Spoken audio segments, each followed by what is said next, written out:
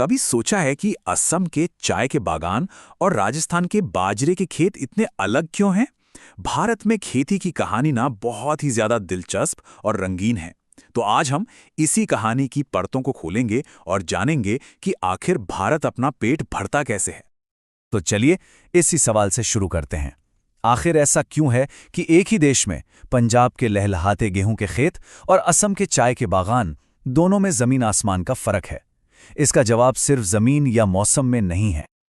असल में जवाब दो बड़ी वजहों में छिपा है। एक तो है सामाजिक आर्थिक, मतलब इंसान, समाज और पैसा, और दूसरा है भौगोलिक, यानी कि जमीन, पानी और मौसम। चलिए पहले ये समझते हैं कि हमारे फैसले और हमारी अर्थव्यवस्था खेती पर कैसे असर डालते हैं। तो सबसे पहले हम खेती की इंसानी कहानी को देखते हैं। ये वो तरीके हैं जो हमारी परंपराओं, हमारी ज़रूरतों और हमारी आर्थिक सच्चाइयों से तय होते हैं। यहाँ पर देखिए दो बिल्कुल अलग दुनियाएं हैं। एक तरफ है निर्वाह कृषि। इसका सीधा सा मकसद है अपने परिवार का पेट भरना। जमीन के छोटे छोटे टुकड़े होते हैं और काम करने वाले भी घर के लोग ही होते हैं। और दूसरी तरफ है बागान कृषि, जो पूरी तरह से एक बिजनेस है। यहाँ एक ही कैश क्रॉप जैसे चाय या कॉफ़ी को बहुत बड़े एरिया में उगाया जाता है। इसमें पैसा भी बहुत लगता है और एक बढ़िया मैनेजमेंट की भी ज़रूरत होती है। और ये नक्शा हमें दिखाता है कि ये बड़े बड़े बागान कहाँ हैं। ज़रा इस पैटर्न पर गौर कीजिए। असम और पश्चिम बंगाल जो कि चाय का गढ़ हैं, और दक्षिण में नीलगिरी और इलायची की ठंडी ऊंची पहाड़ियाँ जो कॉफ़ी और मसालों के लिए बेस्ट हैं। ये जगह ऐसे ही नहीं चुनी गईं, ये मौसम और ग्लोबल मार्केट की डिमांड को देखकर लिए गए स्ट्रैटेजिक फैसले हैं। अब बात करते हैं एक और बहुत ही अनोखे तरीके की, स्थानांतरण कृषि। ये एक सदियों पुरानी प्रैक्टिस है जिसे ज्यादातर आदिवासी समुदाय अपनाते हैं। इसमें जंगल के एक हिस्से को काटकर और जलाकर खेती के लिए जमीन तैयार की जाती है। और सबसे मजेदार बात यह है कि भारत के अलग अलग राज्यों में इसके कितने अलग अलग नाम हैं। असम में इसे झूम कहते हैं, तो केरल में पुरम कृषि, और आंध्र प्रदेश उड़ीसा में पोडू या पेंडा। और जब हम इन इलाकों को नक्शे पर देखते हैं ना, तो एक पूरी कहानी सामने आती है। ये प्रैक्टिस भारत के घने जंगलों वाले आदिवासी इलाकों में ही होती है। उत्तर पूर्व की पहाड़ियों से लेकर मध्य और दक्षिण भारत के कुछ हिस्सों तक ये एक ऐसी तकनीक है जो इन समुदायों की संस्कृति से गहराई से जुड़ी हुई है। हालांकि आज के दौर में इस पर पर्यावरण को लेकर कई सवाल भी उठते हैं। तो ये तो हुई इंसानी वजह है, लेकिन अब चलते हैं उस एक चीज की तरफ जो शायद सबसे ज्यादा असर डालती है, और वो है पानी। भारत जैसे देश में जहां सब कुछ मानसून पर निर्भर है, वहां पानी ही राजा है। यहां हम दो बिल्कुल उल्टी सिचुएशंस देख रहे हैं। एक तरफ है आर्द्र भूमि कृषि, जहां इतनी ज्यादा बारिश होती है कि बाढ़ और मिट्टी का कटना एक बड़ा खतरा है। यहां चावल, जूट और गन्ने जैसी ज्यादा पानी चाहने वाली फसलें होती हैं। तो दूसरी तरफ है शुष्क भूमि कृषि, जहां साल में 75 सेंटीमीटर से भी कम बारिश होती है।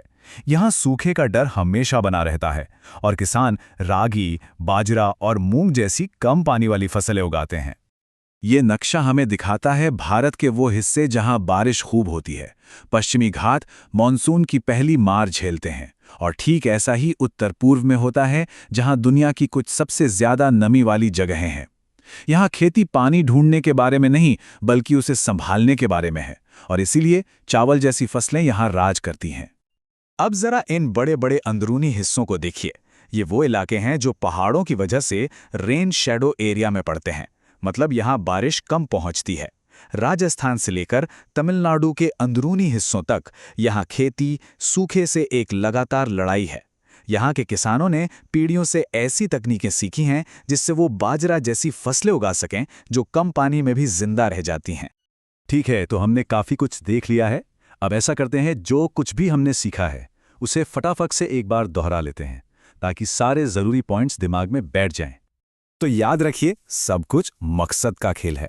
निर्वाह कृषि परिवार के लिए है, बागान कृषि बाजार के लिए। ये तरीके का खेल है। स्थानांतरण कृषि में जंगल साफ होता है, जबकि आर्द्र भूमि और शुष्क भूमि कृषि बारिश पर निर्भर करती है। और आखिर में ये सब जगह का खेल है। असम में झूम, ओडिशा में पोडू और पहाड़ियों में चाय के बड़े बागान। इन तीनों चीजों को जोड़ने पर ही भारत में खेती की पूरी तस्वीर साफ होती है। तो अब जब सब कुछ समझ आ गया है, तो तैयार हो जाइए एक छोटे से टेस्ट के लिए। चलिए देखते हैं कि कितना याद रहा। पहला सवाल, निर्वाह कृषि का मुख्य उद्देश्य क्या होता है? सोचिए, बहुत आसान है। अगला सवाल, बागान कृषि को किस तरह की गहन यानी इंटेंसिव एक्टिविटी कहा जाता है? और तीसरा, झूम भारत के किस राज्य में स्थानांतरण कृषि का लोकल नाम है? ये तो याद होना ही चाहिए। अब एक नक्शे पर आधारित सवाल। यहां हाईलाइट किए गए राज्यों में से कौन पोडू या पेंडा खेती के लिए जाना जाता है? 75 सेंटीमीटर से कम सालाना बारिश वाले क्षेत्रों में किस तरह की खेती की जाती है? चावल, जूट और गन्ना किस प्रकार की कृषि की खास फसलें हैं? कैसा चल रहा है? चलिए आगे बढ़ते हैं। शुष्क भूमि कृषि में उगाई जाने वाली कोई 2 सूखा प्रतिरोधी यानी ड्रॉट रेजिस्टेंट फसलों के नाम बताइए। बागान कृषि मुख्य रूप से दक्षिण में नीलगिरी, अन्नामलाई और कौन सी तीसरी पहाड़ियों में की जाती है? खेती के किस पुराने तरीके से बड़े पैमाने पर जंगलों की कटाई हो सकती है? और आखिरी सवाल, पश्चिमी घाट के पश्चिमी ढलान किस तरह की खेती के लिए एक प्रमुख क्षेत्र हैं? तो बागानों को चलाने वाली आर्थिक ताकत से लेकर मॉनसून की अहमियत तक हमने देखा कि भारत में खेती असल में संस्कृति, अर्थव्यवस्था और प्रकृति का एक मिला-जुला रूप है। लेकिन असली सवाल ये है, ये सदियों पुरानी प्रथाएं आने वाले कल की चुनौतियों का सामना कैसे करेंगी?